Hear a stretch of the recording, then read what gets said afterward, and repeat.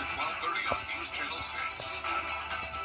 The News Channel 6 mobile app is now even better. Download it today.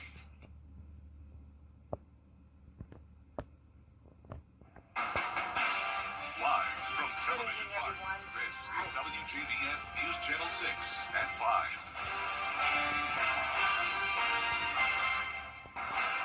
Good evening, everyone. I'm Jenny Montgomery. I'm Brad Means. We do thank you for joining us, and coverage you can count on does begin on this Veterans Day. It's time now for our first check of the weather. Here's our chief meteorologist, Jenna Petracci. Well, we had a widespread freeze across the CSRA this morning with temperatures as low as 23 degrees. Here's a look at those observed temperatures at 6:40 this morning. Saluda, you got down to 23, Augusta at 28, 25 in Aiken and Waynesboro, 27 in Evans and Thompson. And then this afternoon, we came close to tying our record lowest high temperature. We only made it to 51, and that record was 50, set back in 1968. And since we were at 51, that puts us exactly 20 degrees below average today. We're already seeing those upper 40s, 46 in Aiken, still at 51 in Louisville and Millen. Gibson, you're sitting at 49 at the 5 o'clock hour and 47 in Edgefield. A beautiful view on our Terry Lambert Hyundai Skyview Cam on this Veterans Day as we look over the Savannah River. The winds are definitely dying down. We're seeing a west wind only up to around 5 to 10 miles per hour, and we have high pressure right overhead. So this is going to keep us dry. We'll have those lighter winds the rest of this evening with clear skies, and we'll drop down to 38 by 9 p.m. So by tomorrow morning, it will be cold again. We're going to be right around the freezing mark at 32, and I'll have a look at how long this cold air will last coming up. But back to you, Brad. All right, Jenna, thanks. The suspect who was injured in an officer-involved shooting last month at the BP station on Washington Road has died. Deputy Victor Rodriguez shot 20-year-old Dalen Elder after investigators say Elder fired first with a stolen gun. The young man died in the hospital today. Rodriguez and another officer involved in the shooting have been cleared of criminal liability for the use of force in Elder's death. A blood drive was held today at May Park in Augusta in support of Deputy Rodriguez.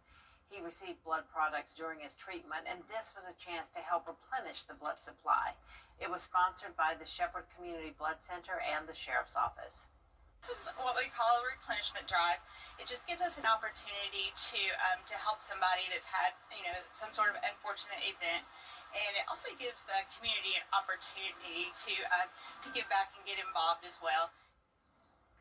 For every blood donation today, Shepherd will provide a monetary donation to the Rodriguez family. In Emmanuel County, 4 people in jail facing federal child trafficking charges. Jermichael Williams, Brian Willis, Samantha Reese, and Samantha Bradford there, all accused of sexual abuse and exploitation of minors, sex trafficking, and producing and trafficking child pornography. If convicted, they each face up to 30 years in prison.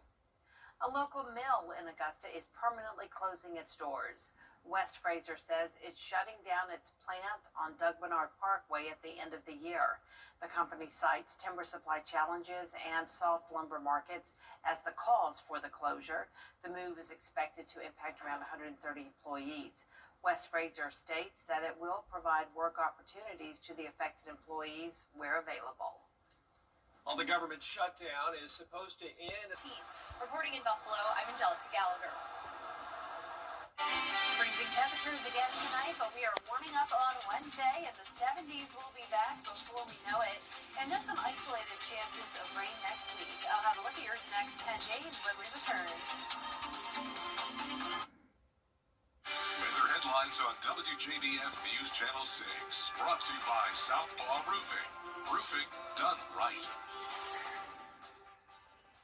Did you work at a DOE nuclear site? Do you have Want to prepare an amazing meal with a hometown feel? We've gathered the best recipes from across the CSRA all in one place. Brandon Dawson and Jarrett Ledger host Your Hometown Kitchen, Fridays at 12:30 on News Channel 6. Now, your most accurate forecast with WJBF Live Viper 6. Welcome back. There was some snow down in the southeast yesterday. That's no longer the case, but we are still tracking some winter weather up near the Great Lakes region and over towards the northeast with this low pressure system moving in. That's where we can see a nice snowy view on our Terry Lambert Hyundai Skyview cam up in Syracuse, New York. You can see the snow all along the grass there. Definitely very cold all across the nation though, so even though we're not seeing snow here in the CSRA, it does feel like it could snow as we're sitting at 49 degrees, about the same temperatures that we had yesterday evening, and we have a northwest wind coming in at 7 miles per hour, so that's the good news. At least the winds have settled down, so we're not feeling as harsh of a wind chill, but it's another very dry day with dew points only in the teens, humidity at 27%, and you can see a lot of places now in those upper 40s. 46 in McCormick and Saluda, still at 50 in Swainsboro, Sandersville, you're at 49 and 48 in Bamberg and Barnwell. So as we look ahead to the next several hours, now with those winds coming in still around 5 to 10 miles per hour, it will feel a few degrees cooler than the actual air temperature, feeling like the freezing mark at 32 by the 10 o'clock hour, and then once we get into the overnight hours, it will be feeling right around 30 degrees as those actual temperatures also drop to around 30 in some spots. So last night we got as low as 23. Tonight it's not going to be quite as cold. I am expecting us to get to 32 in Augusta, 33 in Aiken. So we'll either be at the freezing mark or slightly above or slightly below, but still well below average for this time of the year. As we go throughout your mornings tomorrow, you can see it with that wind still coming out of the west-southwest up to 10 miles per hour. It will be feeling a little bit colder out there all the way through 10 a.m. Now, high temperatures tomorrow will be noticeably warmer, so once we get into the afternoon with all that sunshine, it's actually going to feel really comfortable out there with highs back into the middle 60s, so much warmer than it was today. And then looking ahead, we're going to see warmer temperatures continuing all the way into the end of November, so above average temperatures in the forecast all along across the southeast, and you can see that here on our high temperature map. We're expecting the 70s to return on Thursday, and it's not going to be just one day or a couple days of 70s. We're expecting that to continue all the way into next week, getting all the way up to around 76 next Sunday and Monday with not a lot of rain in the forecast. It's been dry all this month so far, and this is typically one of our driest months out of the year, but we could use some rain, and it looks like our best shot at seeing that will start next Tuesday, continuing into next week. So just a 20% chance of showers Tuesday through next Friday as those high temperatures stay in the low 70s, lows around the 50-degree mark. But before we get to that, we're going to have lots of sunshine and nice dry weather with those warmer temperatures to look forward to starting this Thursday. All right, Jenna, thanks. Up next, flu season. Why doctors say this year could be worse than usual after the break.